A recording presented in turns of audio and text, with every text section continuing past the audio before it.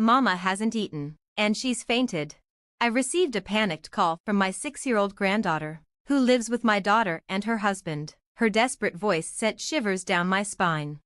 Mama gave me all her food, so she hasn't eaten anything herself. Grandma, please hurry and help. My granddaughter's urgent plea painted a distressing picture of my daughter's condition: weak, barely able to move or speak. Grabbing my car keys, I whispered a prayer for her safety and rushed out of the house. Nothing could have prepared me for what awaited when I arrived. My name is Wendy, a 65-year-old widow and homemaker. 2 years ago, I lost my husband, who was 5 years my senior, and I now live alone in the spacious house we once shared. Financially, I'm secure, thanks to his inheritance and my own savings from decades of work.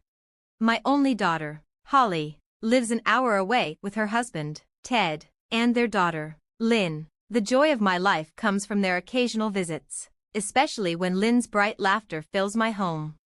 After graduating college, Holly moved to Paris, chasing her passion for French language and culture. It was there she met Ted, an ambitious professional working for an international corporation. They married and later returned to the U.S., where Holly chose to focus on raising Lynn and supporting Ted's demanding career.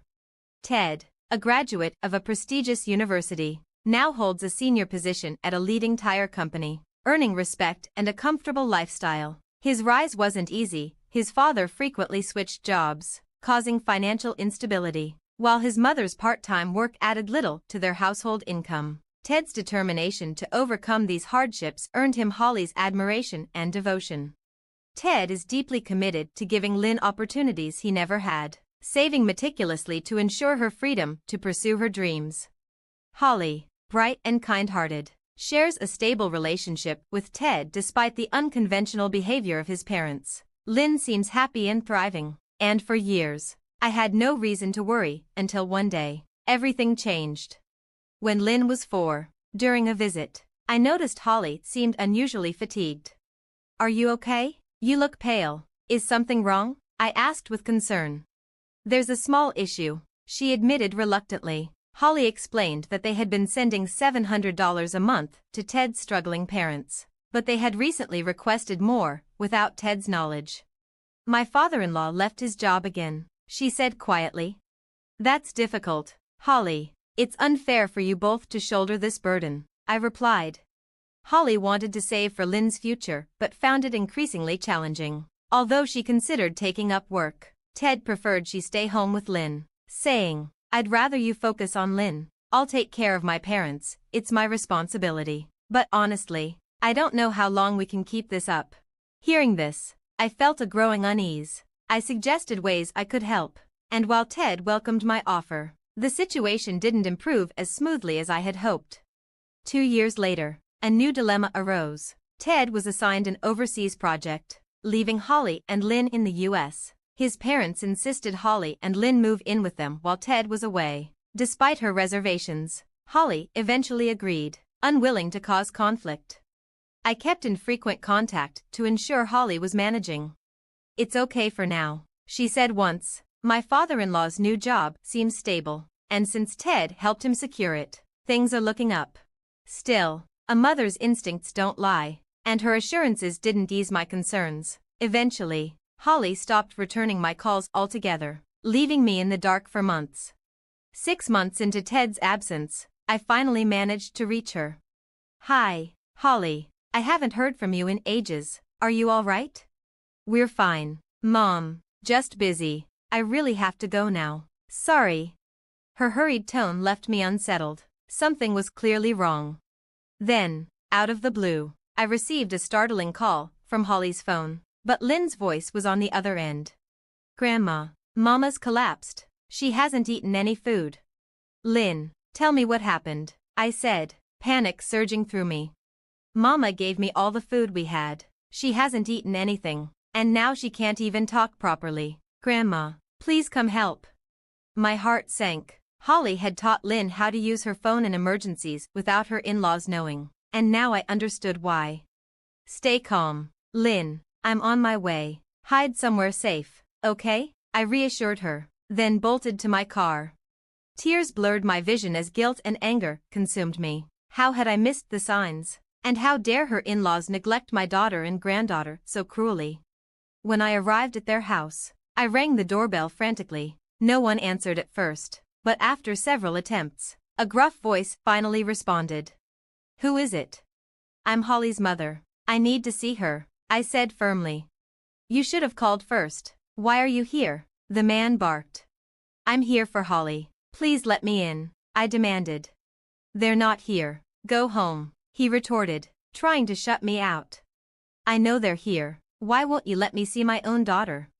"You're not welcome here. Leave now." Just as I prepared to argue further, a commanding voice interrupted from behind me, sending chills down my spine. Before I could process what was happening, a man stood before me. That voice, it sounded so familiar. I caught the noise of footsteps from inside, and soon the front door swung open to reveal a startled father-in-law. "Boss, what brings you here?" Standing there was none other than the CEO of the company where Holly's father-in-law was employed. A while back, after Holly confided in me about her in-laws' financial demands, I had discreetly intervened. Without informing her, I reached out to Ted, offering him an opportunity with a trusted friend's company. My intention was for Holly's father-in-law to regain financial independence. The CEO had agreed to my request, hiring him under favorable terms, while I kept my involvement a secret. Neither Ted nor the CEO revealed my role. As per my instructions, when I sensed something was wrong during an earlier call, I contacted the CEO, and we came here together. "I need to speak with you. Let me in," the CEO stated, stepping into their house. Holly's father-in-law was left speechless, frozen in place. As I attempted to follow, Holly's mother-in-law appeared, blocking my way. "You're not welcome here." "She's with me," the CEO responded sharply, silencing her protests. The atmosphere turned tense, with both in-laws visibly anxious. "Grandma, hurry, help mommy," a small, urgent voice called out. I turned to see Lynn, my granddaughter, pulling at my hand. "Lynn, you look so thin," I exclaimed, noticing how frail she had become since our last meeting. Lynn led me hurriedly to a storage space beneath the stairs. "Mom's in there," she whispered. I flung the door open, and my heart sank. Inside the dimly lit room, my emaciated daughter, Holly, lay on the cold floor. "Mom," she murmured weakly, tears streaking her face. I clasped her frail hand tightly. "I'm here now. Lynn told me you collapsed. Let's get you to a doctor." As I prepared to lift her, the CEO stepped forward to assist. "She doesn't need a doctor," Holly's mother-in-law protested. "Her condition suggests otherwise," I countered firmly. "She's lying," Lynn yelled. "Mom worked so hard while they did nothing. They barely gave her food, and she gave me what little she had." From a recent call with Lynn, I had learned the horrifying details of Holly's life since moving in. She was forced into servitude, managing all household chores from dawn until nightfall. Despite her tireless efforts, she faced relentless criticism. Any mistakes were punished with reduced meals, and she was told she belonged in the storeroom. They confiscated her phone, wallet, and bank book, and whenever she protested, they threatened to harm Lynn. Holly, in her desperation to protect her daughter, endured unimaginable hardships. "We only scolded her a bit," her mother-in-law retorted defensively. "Scolding doesn't lead to malnutrition and trauma," I snapped. "This is a grave matter. I'm getting medical records to prove it. This is none of your business. Stay out of our family affairs. Holly and Lynn are my family, and I won't stand by while you abuse them." Overwhelmed, Holly began to cry. "Mom, please stop. I'm afraid Ted will leave me." "Holly, did he say that?" "He told me he'd stop supporting me." "That's odd. I spoke to Ted recently, and he said he's been sending $3,500 every month." The in-laws exchanged nervous glances, their bravado faltering. "So, you've been stealing the money Ted sent for Holly, haven't you? Does this also mean the rumors of Ted having another girlfriend are untrue? How could you drive Holly to such despair? I won't let you get away with this." Just then, ambulance sirens sounded, and the CEO stepped outside to guide the paramedics. Seizing the opportunity, Holly's father-in-law's demeanor turned icy. "That money is our son's. We have every right to use it. If you don't like it, take Lynn and leave. Is that why you've been harassing Holly? Did you hear that, Ted? I said, holding up my phone with the speaker on. What's going on? Ted's angry voice boomed through the room. You've been stealing the money meant for Holly and Lynn, I explained, and now you're acting entitled to it? Ted's voice was firm. I won't forgive this. I'm cutting off all support immediately. The in-laws trembled, pleading into the phone. Ted, we're sorry, we didn't mean any harm. Please don't abandon us. This isn't negotiable, Ted declared. I'll be home soon. Be ready. The CEO returned with the paramedics. Your actions are despicable, he said to Holly's father-in-law. I regret giving you this job, and your employment is terminated. Faced with the fallout, the in-laws begged me to intervene, but I was unmoved. You must be joking. I'm reporting this to the authorities. As Holly was gently placed onto a stretcher, I reassured Lynn. You were so brave. You saved your mom. Let's go to the hospital, and then you'll stay with me.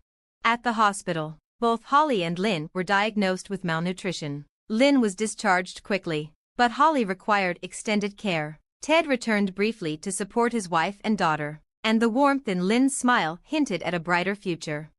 As for the in-laws, their actions led to legal consequences. With the CEO's recordings as evidence, they were charged with abuse and embezzlement, evicted from their rented home. They now face restitution through mandatory work programs after their prison term.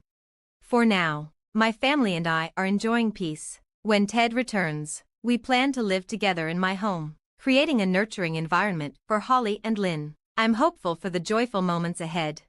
Thank you for watching. See you in the next video. Stay inspired.